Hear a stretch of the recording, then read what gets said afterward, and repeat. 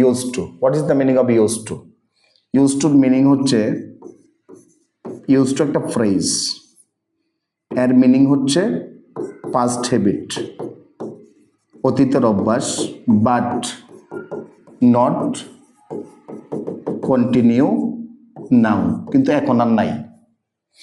আর যদি এখন বিদ্যমান থাকে, যদি ইউজ টু মানে কন্টিনিউ নাও, এখন কিন্তু নট কন্টিনিউ নাও, এখন বিদ্যমান নাই।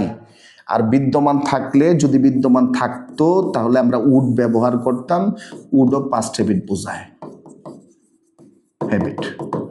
এখন ঘটনা হচ্ছে ইউজ টু আমরা এইভাবে মুখস্থ করি, use to, look forward to, আসলে মুখস্থ করার কোনো দরকার নেই, এটা কোনো রকেট সায়েন্স না। এই যে আগডুম বাগডুম বিভিন্ন রুলস রেগুলেশন, এগুলি শুধুই মাথা গ্যাঞ্জাম। এগুলি লজিক্যালি আমি একটু ভাবলেই, সেন্টেন্সটা পড়লেই আমরা বুঝতে পারি সব কিছু।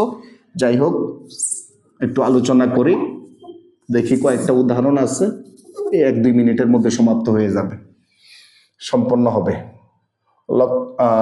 লক্ষ্য করেন প্রথমটা, he has used a pen.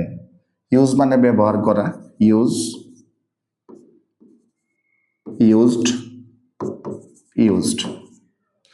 এই ইউজড হচ্ছে ভার্বের 1, এটা হচ্ছে V2, এটা V3, তার মানে past participle.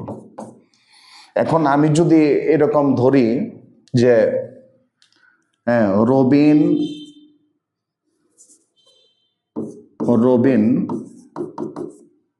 Has gone, Robin গিয়াছে, তাইলে এখানে ভার্বের কয় নাম্বার? 3 নাম্বার। এটা রবিনের অ্যাকশন বুঝিয়েছে, কিন্তু রবিন একটা মানুষ, সে কি করছে, কোনো না কোনো জায়গার মধ্যে গিয়েছে। এর কমপ্লিট করে দেই। এখন যদি বলি রবিন ইজ গন, এটা কিন্তু স্টেট বুঝাইছে, এখানে রবিনের কোনো পরিশ্রম নাই। রবিন ইজ গনের মাধ্যমে আমরা এই গনটা কিন্তু তখন আর এই পাস্ট পার্টিসিপল অথবা এটা ভার্ব থাকলো না, এটা হয়ে গেল অ্যাডজেক্টিভ। তার মানে রবিন আর পৃথিবীতে নাই, সে মারা গেছে। তাহলে আমরা বুঝলাম, যদি ভার্বের 3 নাম্বার কোনো অ্যাকশন বোঝায় সেটা পাস্ট পার্টিসিপল, ভার্বের 3 নাম্বার ফর্ম। আর যদি ভার্বের 3 নাম্বার কোনো স্টেটকে, অবস্থাকে রেফার করে, সেটাকে আমরা অ্যাডজেক্টিভ ধরবো। এইটাই হচ্ছে পার্থক্য। ইউজড কখনো ভার্বের পাস্ট পার্টিসিপল, কখনো সেটা অ্যাডজেক্টিভের কাজ করে।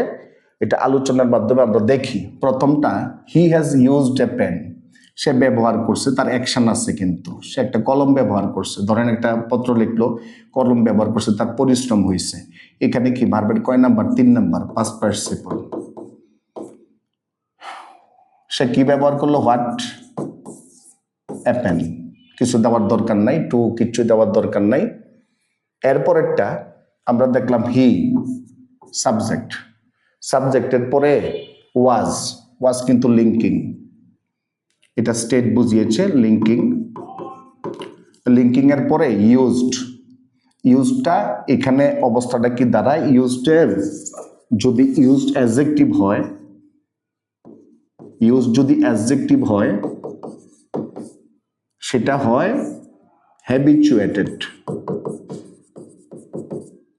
হ্যাবিচুয়েটেড মানে অভ্যস্ত।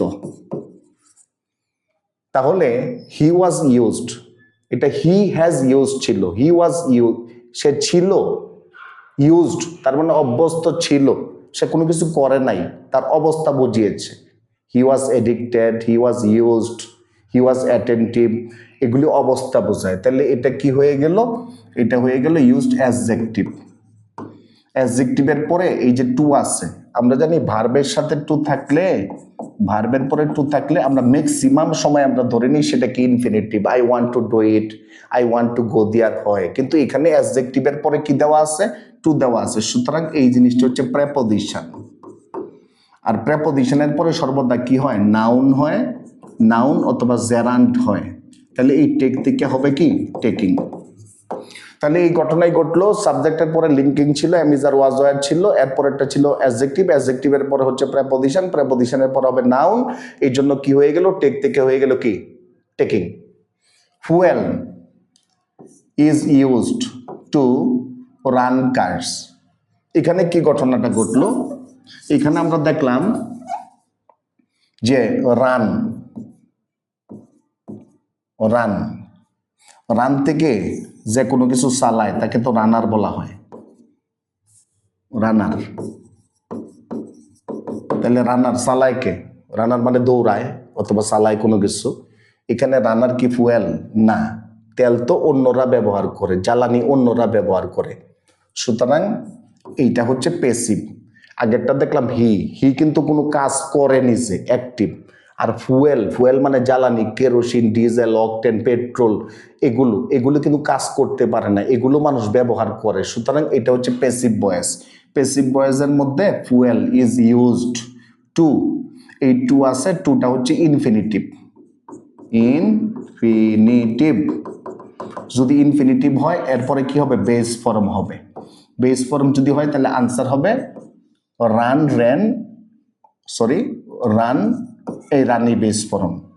তার মানে রান, এই রানি থাকবে, এটা base form. Fuel is used two হচ্ছে ইনফিনিটিভ, ইন্টেনশন, অভিপ্রায়, অভিপ্রায়ের পরে বেস ফর্ম হবে, তাইলে এই বেস ফর্ম আমি ব্যবহার করলাম রান। আচ্ছা, এরপরেরটা, এটা হচ্ছে ফুয়েল ইজ ইউজড ফর,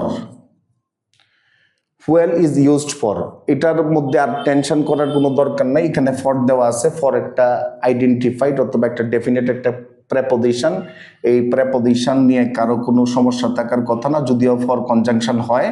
যাই হোক, ফর যেহেতু প্রেপোজিশন, প্রেপোজিশনের পরে নাউন হবে, রান থেকে কি হবে? রানিং।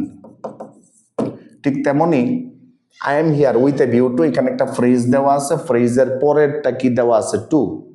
তাহলে ভিউ মানে কি? ভিউ হচ্ছে এই যে আছে আর্টিকেল, আর্টিকেলের পরে যেটা আছে এটা নাউন হয়, নাউনের পরে যে টু আছে ওইটা ইনফিনিটিভ হবে না, ওইটা হবে প্রেপোজিশন।